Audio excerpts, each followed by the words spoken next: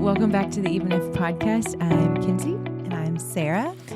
And today's episode is about moving because somebody just moved recently. And we have a lot to talk about. Yeah. A lot came up with this. A lot came up with it. A lot I wasn't expecting.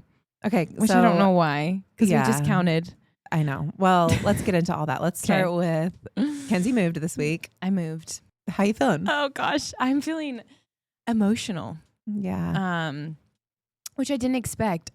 She's still in Nashville, everybody. Don't freak out. I didn't move. I'm not freaking out. Yeah, because she's still here. I'm still here. I moved. Technically, she's a little bit closer to me, which I feel great about. I am a little bit closer. I moved from quick backstory. A lot of you guys know I had moved to Austin in 2022, moved back in the beginning of 24, and then moved back and lived on the top of my mom's beautiful little loft studio and got back on my feet after like a big failed expansion, and I lost a lot of money, and all of my belongings were still in Austin, got those shipped back. So somebody else, I had paid movers to like pack up most of my stuff and ship it back to Nashville, and it arrived like the end of last year, so the end of 2024, and I just put it all in a storage unit, like my bed, all my kitchen things. I was just living off of the things that I had brought when I moved back in January of 24. So it was time. It was very much time for me to move and get back on my feet and be on my own, just like physically. And I've been so excited, and it's an answered prayer, because when I moved, I was like, okay, I want to be somewhere where I can host. I love to host. I want just to have tons of girls over. And I'd been waiting on a potential house in Franklin with some friends, and that didn't end up panning out. And I'd been praying and praying and had people praying. I just got this amazing townhouse like 5 minutes from the studio. And moving is just, it's so overwhelming once you start getting into it. Because for me, this move was, I'm 35. I'm moving into a space that, of course, I love the space that I'm in. It's beautiful. It's like such a gift. And it was so the Lord, like even the way that I had been praying about this house with a couple girlfriends in Franklin, essentially that was going to be a friend of a friend that was going to take a job in another state and wanted to rent out her house to us. And it would have been in this sweet little neighborhood. And we were waiting for 6 weeks for her to make up her mind on what she wanted to do, and kind of like at the interview process of this job that she was going to potentially take. And we got super excited, and we were just praying, and then it was a no. And without being disappointed, it was just so nice to have clarity. And then the second that I found out it was a no, I got on Zillow, and I was like, okay, now I feel like I can go and do something about this like sticky spot of like, I need to find a place to live. And it's just wild the way the Lord works, because this townhome wasn't available when I was passively looking the last 6 weeks on Zillow, but it was available now, and it was in the perfect area, and I have 2 dogs, so I want something that I don't want to live in an apartment. So I found this beautiful townhome, and I moved into it, and just have had to go through my storage unit of all the things from Austin, things I haven't seen, I didn't even pack up, and so amongst me feeling so joyful in the sense of living in an answered prayer, as simple as like a sweet little spot. There's a lot more detail that is just more private that I won't share on the podcast, but there's a lot of like build up for me to be able to like get out and be in a space with just me and my dogs. So it was just such an answered prayer. But then came the like, oh my gosh, I'm doing this again. By myself, not with a husband, not into a house with a husband. And so it just has brought all these emotions, and not because I'm this sad single girl. That's not it. It's just the reality of like, okay, I'm unpacking boxes of a lost dream in another city and back to doing this again. And it's a lot moving for anyone in any stage of life. Yeah. Well, and it's like, I don't think, yes, you're not defined as a sad single girl. No. But are you sad at some things? Yeah. Yes. Are you single? Yes. Are you a girl? Yes. Yes. You know, so it's like, like you are not defined as a sad single girl. No, but that is where you are right now. Yeah. And there's things about that are true. Yeah. And that sucks. And I like, even as you and I have been like voice memoing and texting, as you've been like going through the move, it's just like, I mean, moving sucks. It sucks. And it's so hard. And I think you can't even anticipate the feelings you're going to feel until it happens. So true. And then And there's times, and it's like, you're right. I love how your perspective of like, I'm living in an answered prayer. Like I've been praying for a place. I'm so grateful. Like I needed this. The timing is perfect, but it's still like, then this reality hits of like, wow, gosh, I needed this. And also I can't believe I'm doing this by myself. Or I can't believe it's again. Like, what do you feel like are the thoughts that went through your head as you're moving? Like that started the sadness? I think like, that's a great question. I think it's like an array of, it's compounded emotions of like, okay, I'm an entrepreneur. So when you're like, I was paying very little rent before, and now I'm like in a townhome, which I can afford, but it's like, you just never know. There's like that financial pressure. Totally. When you work for yourself. Yeah. You work for yourself. So you're just like, okay, and it's been tough for fitness. And I think just for businesses in general, but especially small businesses. And so that definitely has played a part. And then just like the physical exhaustion, I'm a workhorse. So I moved from 7 a.m. till like 10 p.m. I broke and went to house church and just sat there in silence, like let my body rest, and like was not as present as I'd like to been, but took a break and then came back. And so I just want to get everything done, but it's the physical exhaustion of like, I'm 35, I'm not 25 anymore. Right. And so my body hurts, and I also use my body for a living. So I did pay movers, but did that come out? Yeah, that came out in a way that you just coffee. Thought that was funny. I use my body for a living. I shouldn't say that. Should I? Is that weird? I think it can just be misinterpreted. Like, imagine if somebody just listened to this podcast for the first time. Yeah, okay. I'm a trainer, everyone. I'm a fitness professional. I don't do anything else with my body for money except for working out. I mean, technically you use your body for money, but like, I don't know. I guess that just felt like it needed to be talked about. I'm glad you called that out, because that's I say that in normal conversation. I literally use that. Like, I use my body for I did not do that. My That's funny, Kenzie. Yeah, I'm so glad you called that out. I think it's funny. The way you said it was funny. Yeah. Oh gosh. Anyways, okay, so I am a fitness trainer who professionally uses her body in the fitness space and is very needing to protect that asset. So I am also exhausted, and and then also I think I've had so many friends that have been amazing that want to help me. Yeah. But I just was like, you know what? I know how I am on moving day, and I just wanted to like kind of get it done. And then obviously you're coming over. Sarah's so graciously offered with our friend Kim and like all my friends, but they're gonna come over tomorrow and help me put like furniture together and like hang things. Yeah, we are. I'm going to bring my toolbox. Yeah, you are. And I've got, it's so funny. I'm like, of course I have an electric drill. Like, I know how to do this. I've moved so many times. I know how to drill. Kind of get like piss you off a little bit. I'm like, I'm so like kind of manly in that way. I'm like, I can fix things. You're just resourceful. I'm resourceful and I'm independent. But you have learned to be independent. I've learned to be independent. Yeah. But yeah, I know how to do all this stuff. Like, I could hang all of these things. Well, probably not all of them by myself, but I know how to drill. I know how to do all these things. But I'm excited to like make it fun tomorrow with you and Kim, and I just have the best friends that I've offered.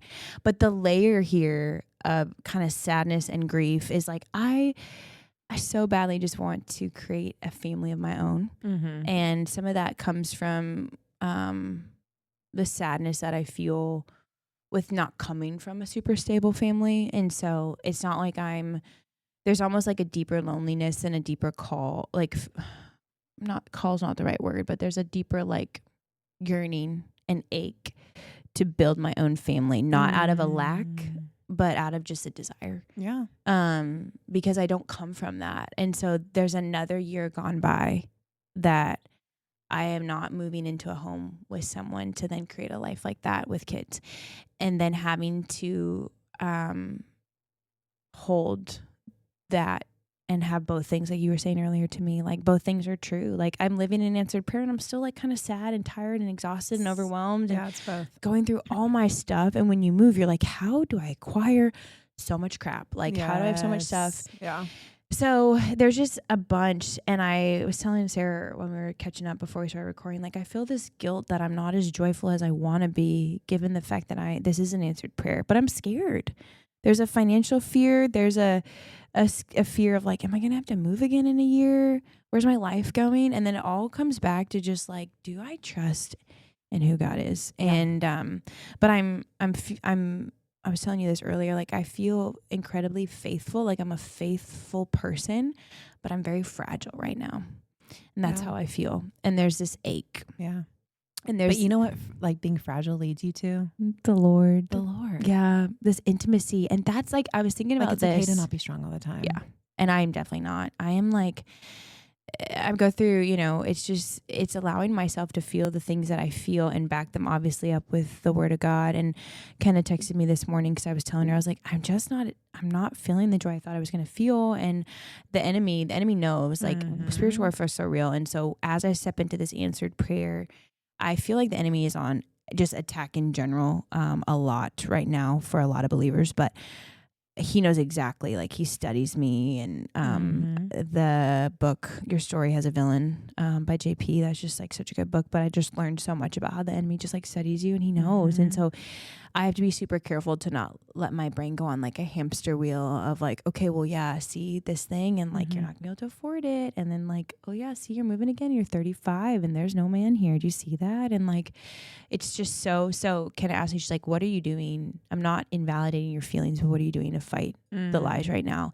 And I knew exactly. I said prayer, worship music on immediately, and confession of my thoughts to my friends. So good. And I'm like, I know exactly that's why I'm telling you. And I tell you, and it helps a lot. And I just like go back into prayer, but moving definitely evokes like just all these emotions. And I think what I'm dealing with too in this is this, like, you know how I think it's in Mark 9 where there's that father and he takes his broken son to go be healed by Jesus, and he says, Lord, I believe, help my unbelief.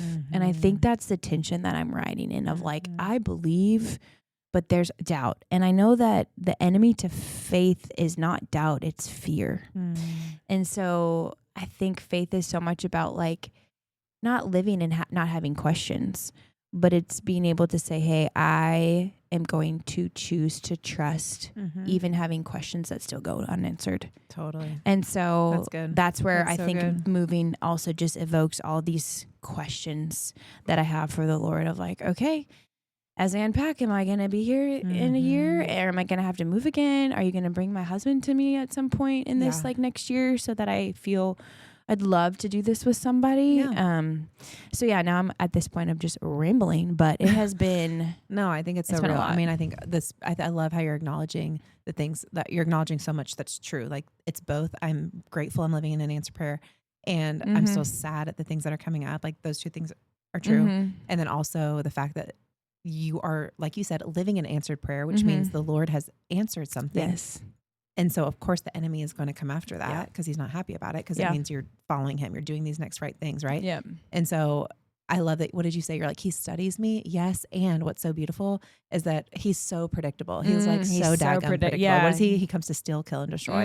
So you know what he's coming for. Yeah. And like, you know that he's coming to do the opposite of what our Father has for us. Yep. And so I love how you're even combating that. You're like, okay, well, I'm praying.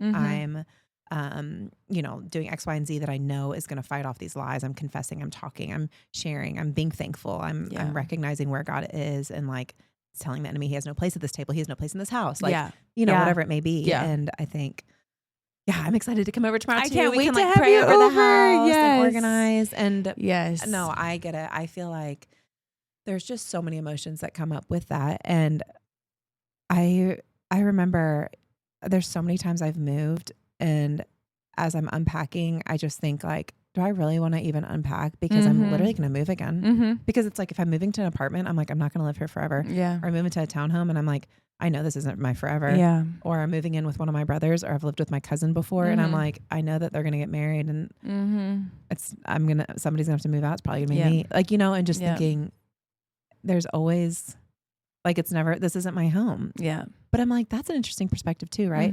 This isn't our home. This whole thing isn't our home. Yeah. And so like, even how comfortable do we get anywhere? It's so true. It's so true. Spiritual perspective of that. Yeah. Too. And if I look back on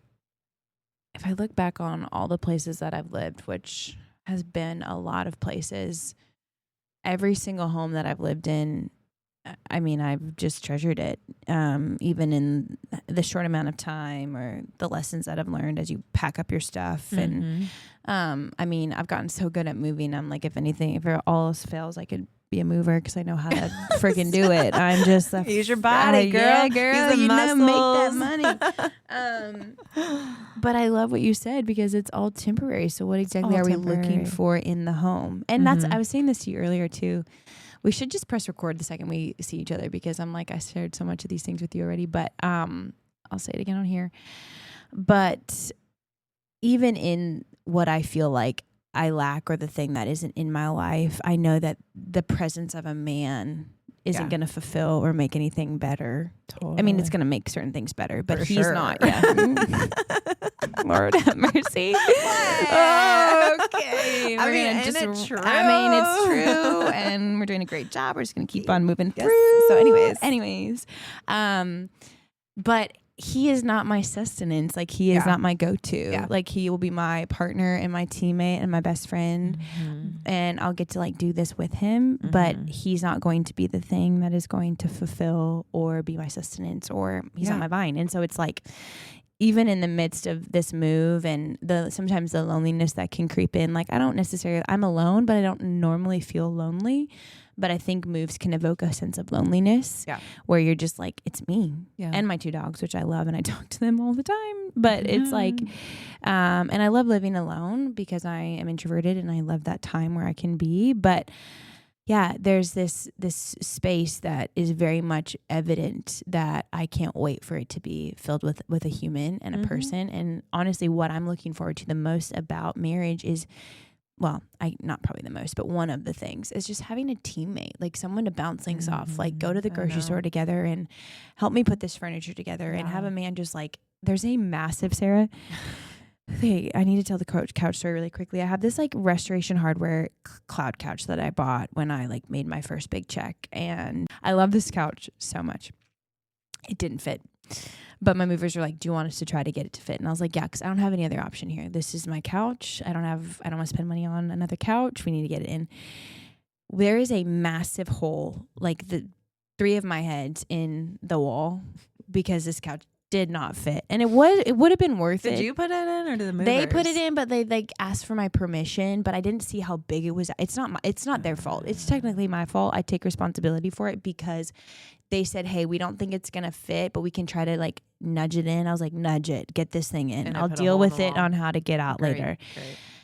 I didn't realize how big the hole was because I was kind of closing my eyes like around the corner, just not really wanting to watch it. This is a massive, this going to cost me like $1,100 to fix. My gracious. But I'm actually, I texted one of my girlfriends and her husband's going to help me in a couple weeks. And I'm like, okay, great. Love a handyman, especially my friends' husbands are so handy and so helpful and have been great. But so sweet. Anyways, there is a massive hole in my hallway and I walk by it and I just think about it every time. I'm like, there are certain things that I'm just like, it'd be so nice to just have a man to just like do some of these things for me at this stage of my life. But again, going back to just knowing that makes things, I think having the right person, it just becomes like this huge blessing in your life. An added blessing and an added gift. But all of these things kind of are evoked and flushed to the surface when apparently during this move, I guess, and I didn't see it coming. Yeah. I think about, like, I have some girlfriends who, found their husbands right after college. And I think about how many times they moved and I'm like, they lived in their parents' house and then they went to college and then they got married and they live with their husband now. And then maybe they were in a starter home or like an apartment and now they're in their forever home and they have kids or, whatever it is. And I was just thinking about that and I was like, I wonder how many. Yeah. Can you do? And you and I, it was just funny that I sat down and counted mine and I was at like 17. I've lived in 17 different places and you did yours and you were at 20 and I'm sure we're missing some. Yeah. But it's like, I've moved 17 times. It's crazy. I'm 33. I'm like, what the heck am I doing? Literally. But what's crazy too, I joke about this, but it's actually like kind of true. Almost every place that I've moved from, the reason I've moved is because, or the reason I've at least lost the roommate that I've had at the time is because they've gotten married. Really? So now I'm like the good luck Chuck girl. I don't really know what that means. Do you want to be roommates? Yeah, and then, exactly. Okay, perfect. That's what I'm saying. I would love to live with you. Yeah. I think I'm like the good luck girl. Like you live with me and then you go off and get married. Wow. So Aubrey, my roommate now, I'm like, sister, you're next. I think she might be next. Honestly, maybe. But 17. Isn't that crazy? So like a lot of times I've lost, which that's a grieving thing in itself for me, because I've only lived alone once in Colorado, and I just moved because it got cold. But that's a story for another day. That's but a good it's interesting. Like even all of our moves, like why we've moved, there's so much behind that, and there's so much emotion in that. And I think other, people are, some of our listeners on this can relate to that. Like being single, being in your 20s, 30s, moving so much, like there's so much that comes to it. I mean, one of my moves, I was telling you and Madison this the other day. I can't wait. She's going to love that you're going to share this part. I was like talking about how I was working at a job and I wanted to quit, but I didn't want to just like the job we met at quit. And so I said I was moving. And so I literally decided to move to Colorado just so I didn't have to quit, because it sounded better than just saying like I quit. It was better to be like, I'm moving. Because then people are like, oh, yay, excited for her new adventure. She's moving to Colorado. And I'm like, low-key, I'm just running away and just, I don't know. Anyway, so that was funny. But you got Rocky. That's where I got Rocky. And bless his heart, Rocky's from Texas. They found him in Texas. I didn't know he's from Texas. Texas boy. You know I love Texas You love boys. him. Just kidding. Literally, I don't. I just think I could. I think you could. I actually could. think you, I think you would love a Texan. Shout out Texas. Let's go. You know Texas. anybody in Texas? I know a lot of people in Texas. I'm scared, actually. They're all great. Except for, no, yeah, keep going. Anyways, so Rocky, my dog, is from Texas. Then they put him in like an orphanage shelter thing. An orphanage? Do they call dog shelters orphanages? I don't know, but he's my child. That's so sad and I rescued him. You did. You saved him. Oh my gosh, I want to go to the orphanage right now and get another dog. We should go volunteer one day. I will come home with 6 dogs. Oh yeah, but we honestly, should. that's so bad for you to do that. No. It's like me going to a rodeo. Comes home with 6 cowboys. I'm just kidding. I'm literally kidding. No, you're not. Anyways, okay. So Rocky was born in Texas. And then I got him in Colorado. But then Rocky's our dog, by the way. Yes. Everyone. Not some guy I found in God. Sometimes we just think everybody on this pod like knows everything. Yes, Rocky is my dog that I got from an animal shelter in Colorado. And then I moved from Colorado because it was cold. And I actually only moved there because I was escaping something that I was too weak to admit the truth, that I just didn't want to work a corporate job anymore. So anyways, then I moved back, and then he and I moved to Atlanta. Oh, I didn't even add that to the list. Oh, so that's 18. Well, that barely counts. I was only there for a month. But then I got scared of city life and traffic. So noted, I hate cities, I hate traffic, and I hate the cold. And you hate the cold. Great. So you're exactly where you need to be. So then I moved to Charleston because it was in the South on the beach, hot. And I loved that. But honestly, like too, even thinking about moving to Charleston, like it's funny when I look back and think about why I did that. And I don't know if this is just like a me thing or if there's other people that listen that could relate to this. I can't wait for this. But like, just like that I run away from things. I'm also an Enneagram 7, which if anybody knows anything about that, it's like we want to be happy all the time. And I think it's escapism. I think it's your need for adventure. I don't think it's you running away. I think it's like you trying things. I would way rather associate myself with people and or be this myself, even though I'm not a 7, I'm a 3, but like people that go and try things.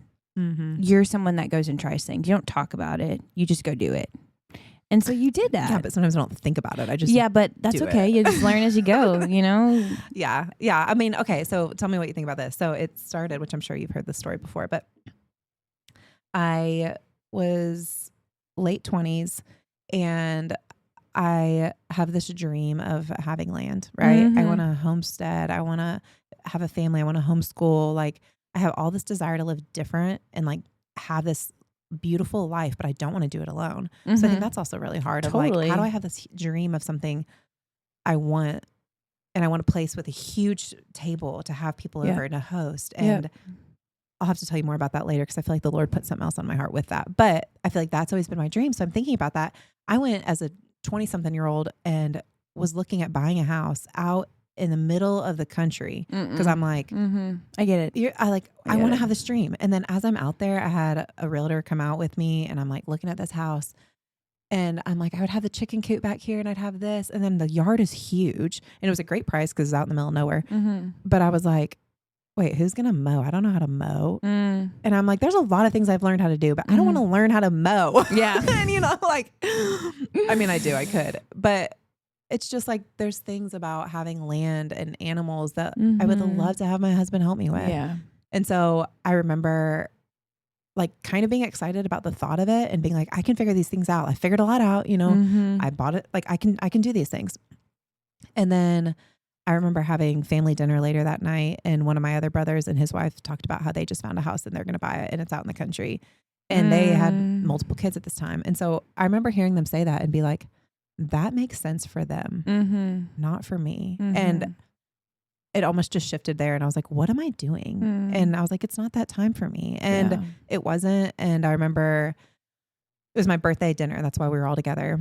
I remember just feeling so sad the rest of that birthday. And then my mom and I went to go get our nails done the next day. And I remember sitting in the nail salon and she's right beside me and my nails are like under the gel lights or whatever. And I'm looking over at her talking, being like, I want this life, but it's not for me right now. I was like, I have to go do what is for me right now. Yeah. And I don't know what that looks like, but I think I need to move. And that's when I said, I want to stay in the South and I think I want hot weather and I want the beach. I'm going to move to the beach. Nobody like, if you're like, that's harder to do when you're married with kids, but I'm single. That's what's for me right now. Yeah. And I was like, I'm going to move to Charleston. And it literally just came to me. And it was like, the Lord just put Charleston on my heart. And 4 months later I moved and I was there. So cool. I was there for 3 years, but it was like that like I was grieving moving, but it was also what was for me in that season. And then the Lord so used my time there. And I moved 3 different times in Charleston. I lived on James Island and then I moved to downtown and then I lived on Johns Island. And even with all of those moves, lost one to a roommate. Wow. I the first one I lived with was Jesse, my cousin, lost him because he got married. Next one was my friend Rachel and McKinley, but Rachel ended up getting engaged. And then the next one was my friend Logan, who now is dating a guy, which is great. But then I moved back home. Anyways, wow, the curse still stands, but besides the point. But it's like in all those moves was excitement of yay, somewhere else, a new place, a new fun roommate. This is exciting. And oh my gosh, I'm packing up again. I'm sad again. It's like so many of those emotions of how cool that I can just up and move to the beach. How sad that I can't have this other dream that I want, and I feel like that's just been the story of so many. And I think you hold both of them. Like I've lived with so many incredible people. I have so many like my roommate list is so long. And it's so brave for you to do that. I think, and I'm going to say this and sounds so hypocritical, but, it's just a reminder for myself too. But like, I feel like we race to the finish line, whatever the finish line is. For us, it's probably marriage and kids. And that just sounds like the grand adventure. And I think it will be, but it's like, it's almost like, we feel behind, but it's okay to feel behind at times because I'd rather take my time. And so I think about the friends that didn't get the opportunity to move to Charleston and go to the beach and live with their friends and meet all these new people and then have all those experiences. And then you move back here.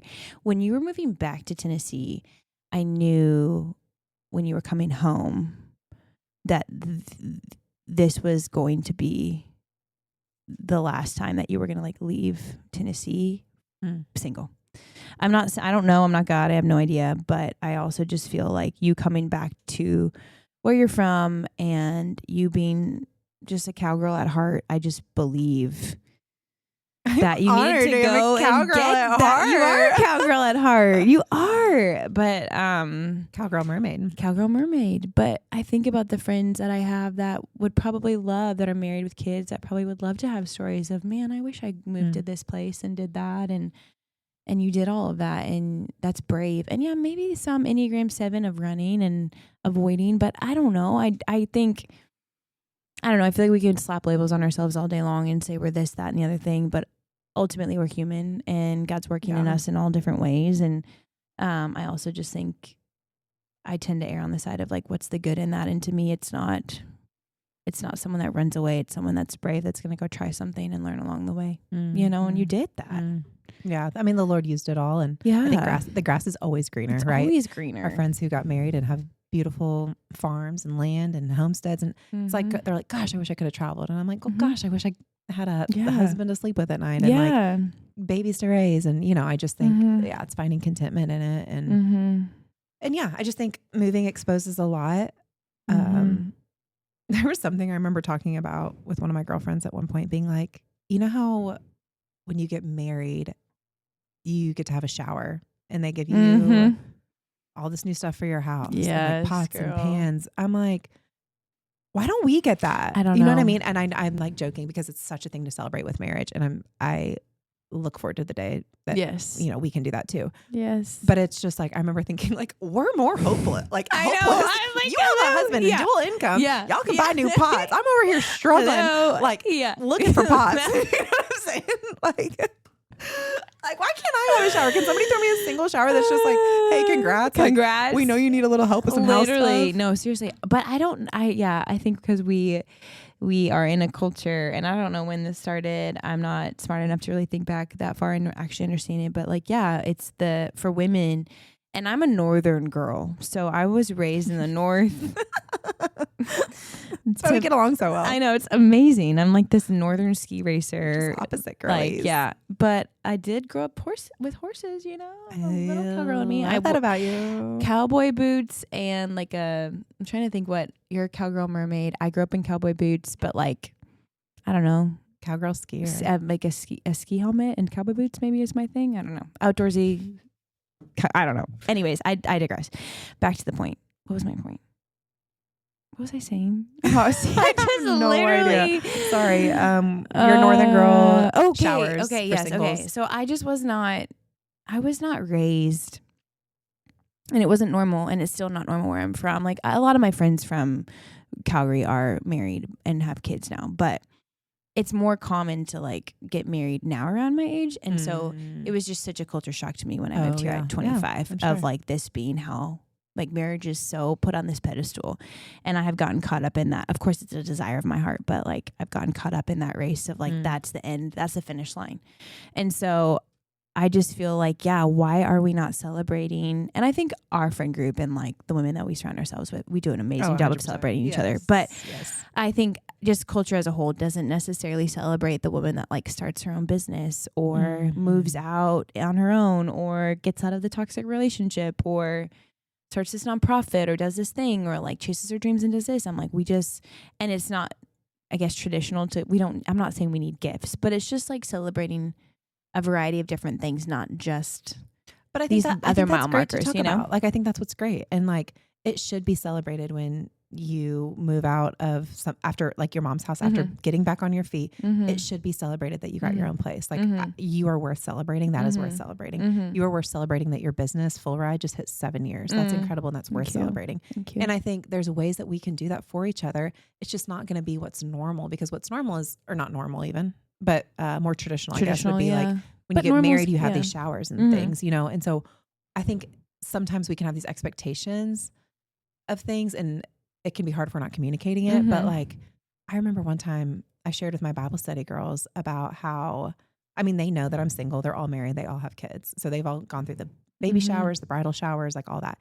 And I was telling them about my book, and they were cheering me on, my book, Cowgirl Mermaid. Right. And so they were cheering me on. They were so excited. And one night for Bible study, I walked in thinking it was a normal Bible study night, and they threw me a party. It's and so I cool.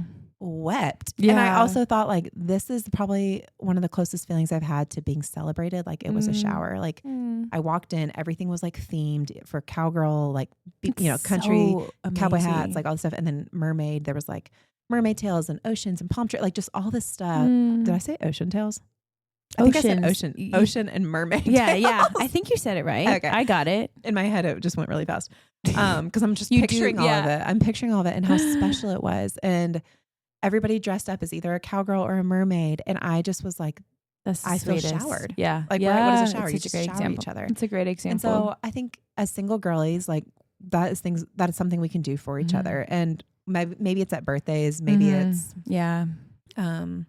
you know, other occasions. And I don't think that should even stop once you're married with kids. Like, I agree. There's other reasons to shower each other. Like in life, I think that's just a general statement. I think we're just probably here sharing something as a way to probably relate to you other girls who know what it's like, because it's something we felt, and I'm sure y'all feel. And this isn't like a pity or like a cry for help at all. No. It's just like acknowledging something that is hard in this season and wanting other people to not feel alone in that. Like you're not alone because there's nothing wrong with you if you're, I think that's something that the enemy tries to tell me too, is like, oh, see, like all these other people are getting showered and having all these things because they did it right, or they perform, like, and again, that's more my Enneagram 3, like achiever, but also just like also part of my childhood and like just the things that I've worked in therapy on. But I have to constantly shift the narrative in my head when I am more fragile or less on defense from the enemy, is like, yeah, see, there's still something wrong with you and there's still something that needs to be like fixed. And so that's where it's like, that's so not true. And that's so obviously not of the Lord. But anyway, that is listening and is like packing up their stuff again and moving again. It's not because you failed or you're doing something wrong or somehow like you got missed or misplaced or set aside because of XYZ. It's just because, like, again, God makes everything beautiful in his timing and for things that we can't see. And that's why I just believe so much about this concept of trust that I'm learning through reading Ruthless Trust by Brendan Manning, like I talked about last time, and just like understanding that amongst moving, amongst financial stress or relational discomfort or whatever the case may be, it's like, do we trust who God says he is? And do we trust that he has good plans for us? And, but it can feel really, scary and lonely if we allow ourselves to sit too long in whatever the enemy tries to lie to us about. So moving, I think, is just something that evokes, no matter what stage of life you're in, it just evokes emotion because you're packing up everything that you own and you're moving it to a new place and you're having a new routine and you're figuring out, like even me driving here, I had to take a new route and I got stuck in traffic because I wasn't used to going this way. And you have to put things in maps now, but I've lived in Nashville for 10 years. So I'm like, and it's all fun. It's change. I love change. I've moved 20 times. I'm from Calgary, Canada, and my whole path was like Calgary. I went to boarding. I was a ski racer. I went to a specific school that facilitated future Olympic athletes. After I got hurt, I had to leave the school because I was no longer an athlete. So I went to boarding school, set myself there. So I moved to Vancouver Island for 2 years.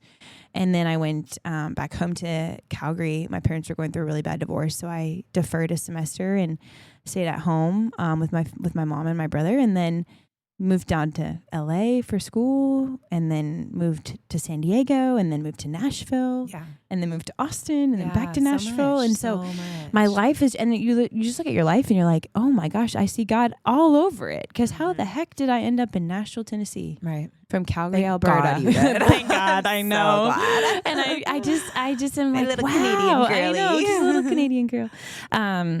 But I know that was kind of a tangent, but in every move that I've had, it's been beautifully hard. And there's emotion and there's just something about going through your stuff and feeling overwhelmed. And there's just like you just said beautifully at the beginning of like, what is that? Well, that's just like a deeper intimacy with the Lord. When you go to him with it's okay to doubt. It's okay to be like, Lord, again, like, but what I'm learning is he doesn't want these like polished prayers. Like he wants this like raw intimacy with him. And so, I mean, I've learned that throughout my whole faith journey, but really specifically when I'm exhausted and tired of praying the same thing over and over and over again, I'm like, Lord, I'm going to keep, because you keep saying ask, seek, knock. I'm going to keep doing that. But like, you know my heart, and like, I'm really sad and I'm really distracted, you know?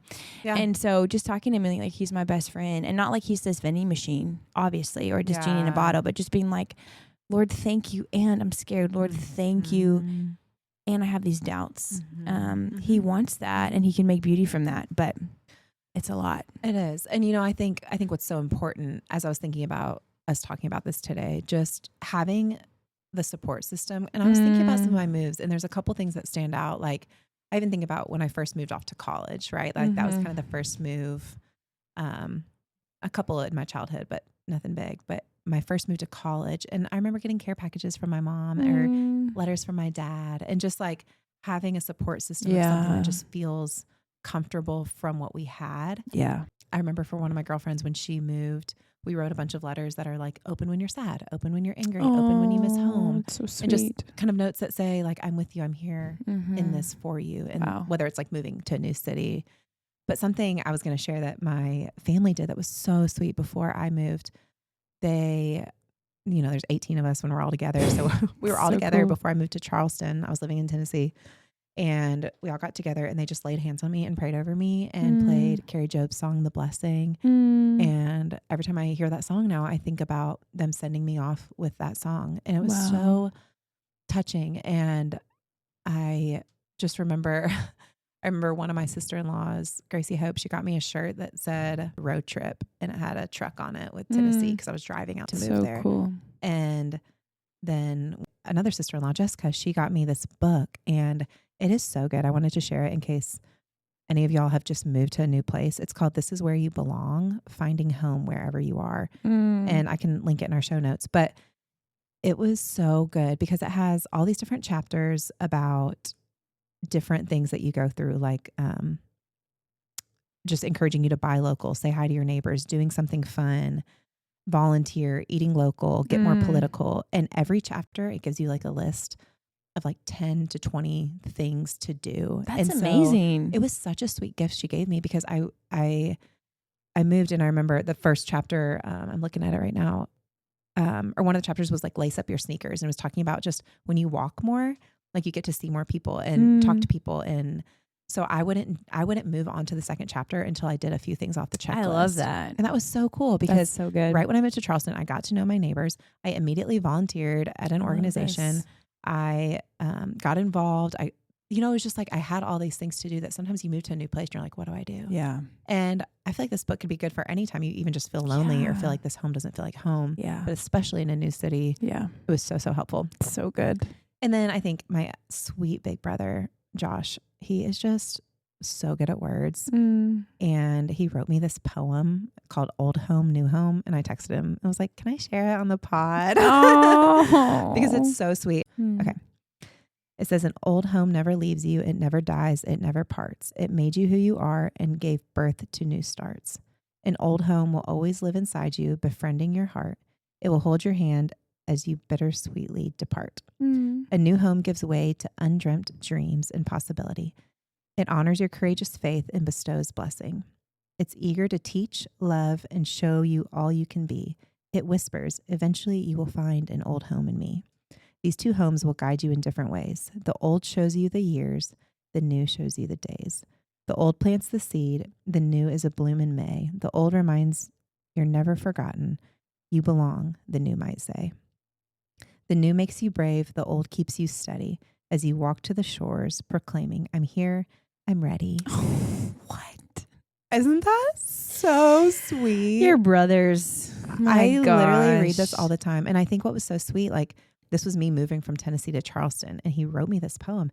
And I think about, it's so true. When you go to somewhere new, it's these undreamt dreams and possibilities. And you have this new excitement, right? Wow. But then you also like think about this old home you came from, whether it's your childhood home or whatever old home feels like, and just thinking about how, for me, my home, my people back here in Tennessee were so steady for me as I went off to that new adventure. And, my time in Charleston was so beautiful. I'm so grateful. And I have some of my bestest friends from there. But it was time to come back home. And then coming back home was just such a gift too. Yeah. And it also had its own grievings. Like I remember getting in that U-Haul, driving home, and just bawling my eyes out, being like, what am I doing? Yeah. And it's like, did I fail? Like, why did I move to Charleston? I was here for 3 years and I'm coming back to Tennessee. I'm from Tennessee. But no, I know I want to be back. Yeah. But I can't believe I dated guys and it didn't work out. And I'm coming back still single. And just like all of these things that you think of when you go from one place to the next. And I agree. I think the Lord uses it all. And I've learned so much in every move. But there's things that are hard. It's hard to do it alone. And we learn a lot too. And so for those of you who have moved or like, I know you get it. It's you're like, all probably like nodding like, okay, yes. Those things are hard. Yeah. Even when you're not single, those things can be really hard, like you said. Yeah. Just moving in general. Yeah. Just moving in general. I think it's just overwhelming. And there's an element of, I don't know if it's fear or it's probably just unsettledness too, of just like, okay, I'm doing something new. And I think when you're older, it's funny. I moved away from home when I was 17, I think. I can't remember. Right after I got injured, and I just didn't even think twice about it. I was just like, yeah, this is what I do. And then I moved to the States by myself. Like that's good, but I'm young and I'm naive and I have no idea. And so I think the older that I get, the more I feel like there is there's more stake in the game, or there's more, not necessarily more to lose, but it's just like you're moving. You've done this before so many times that you're like, okay, at some point I'm going to believe that like I am buying furniture for like a home that I would like to be in for a very long time versus like, okay, this is a home that I don't know how long I'll be here. And like, there is an excitement to that. And I really try to consciously turn any kind of anxious or negative thoughts into like, just kind of like more of an adventure mindset of like, this is an adventure. And who knows? Cause there's so many things. I was at Bible study last night with my girls. You and I both are in your Monday nights, and my Thursday nights are with women that most of my girls are married to. There's a couple of us that are single, but, and I was holding this 6-week-old baby Jenny, and then next to me was one of my best friends, Bree, and she's about to have her second baby in a couple months. And so we're reading Hebrews, and we were just talking through it. And then, I'm holding this baby, and we're talking about just like time with the Lord, and realizing too, I'm like, I know I spoke up because I was like, I get an hour in the Word every morning at least. And the moms are like, oh my gosh, I'm lucky if I like get a second. And I'm like, I know that's such a privilege and such a gift that I have in this season. And so there's just things that I continue to be like, okay, this is an adventure. This is a positive that I want to make of mindset. It. But also what you said, it's like both things are true. Yeah. Like I'm also been waiting for so long and wanting something so bad in this certain area of my life. Yeah. And also feeling very confident, very resilient, very much like so in love with Jesus. Both of those things coexist. Sometimes one's stronger for 1, 2, 3 weeks, months. And then sometimes this just feels stronger. And I think right now with this move, this part feels stronger of like, dang it. Okay. Yeah. I'm still grateful, but like, dang it. I just am like, frustrated. Yeah. And I'm just more honest about that lately than I have been in the past of like, okay. And I know God works everything. Nothing's wasted. Every single move, the 20 times I've moved plus probably, not one of them has been wasted. And I think about even the money. I was going through Target the other day, and I was just like, the money that I've spent moving. I know. And I was frustrated with myself because there's been times where I've just been so irresponsible with my money. And then the frustration of like, the money spent on just moving and how much it can cost when you try to do it really inexpensively.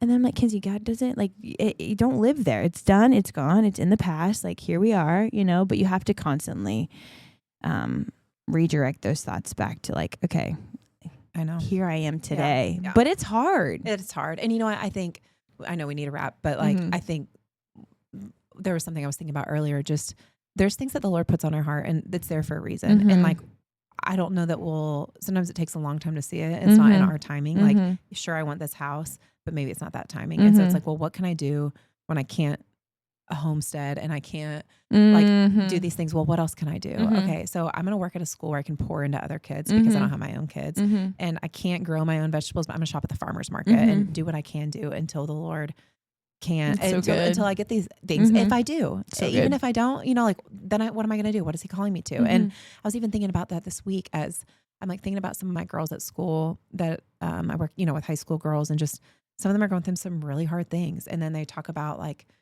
events that they have coming up with homecoming and just wanting to get ready. And I wish I could like have them all over to my house and have like, do their hair and do their makeup and host something or have a bonfire after. But I'm like, I don't have the space for that. And I'm like, okay, Lord, there's this desire I want to serve you and serve your people. And what does that look like if I can't do that in this way? And so give me another, like, it's just like, I feel like we have these desires and it's like, okay, well then Lord, I know, that I have this desire, but if this isn't what you have for me right now, I trust you. Like you said, I trust that you have something else. So what does that look like? And then when we had the desire, like you had been praying for a place to host, praise God, you have a place to host. Yeah. I can't wait. You do that there. And, so whatever they are, I just think there's things that we just continue to have to go back to him and say, there's a reason. Yeah. There's a reason. Yeah. The dots are still dotting. Dots are dotting. Dots are dotting. It'll be so fun to connect them, but also just, we're in it and we're right where we need to be. And whoever's listening, like that's something that I just so passionately believe, like despite the tension and the hardship and the doubt, because that's normal to doubt. We're human beings. It's so normal to doubt. Take your doubts to the Lord. But we are right where God has us. And that's a beautiful thing we can rest in. It's so freeing to just know, like, I'm in the will of God. All right. So I'm going to make you rap because you're the one that moved this week. Okay. And things are hard and they're not as you thought. So what can you remember? You have to say it. Even if, am I doing this right? Right? He is so good. He's so good. He's the best. He's the creator of the universe. The best. Even if you're moving alone, even if you're single, even if you put a hole in your wall. Yeah, even if you have to everything is falling apart. Everything, yes, it is fine. If you have to start over again and again and again, go to Target again and again, it's a beautiful. I'm blessed.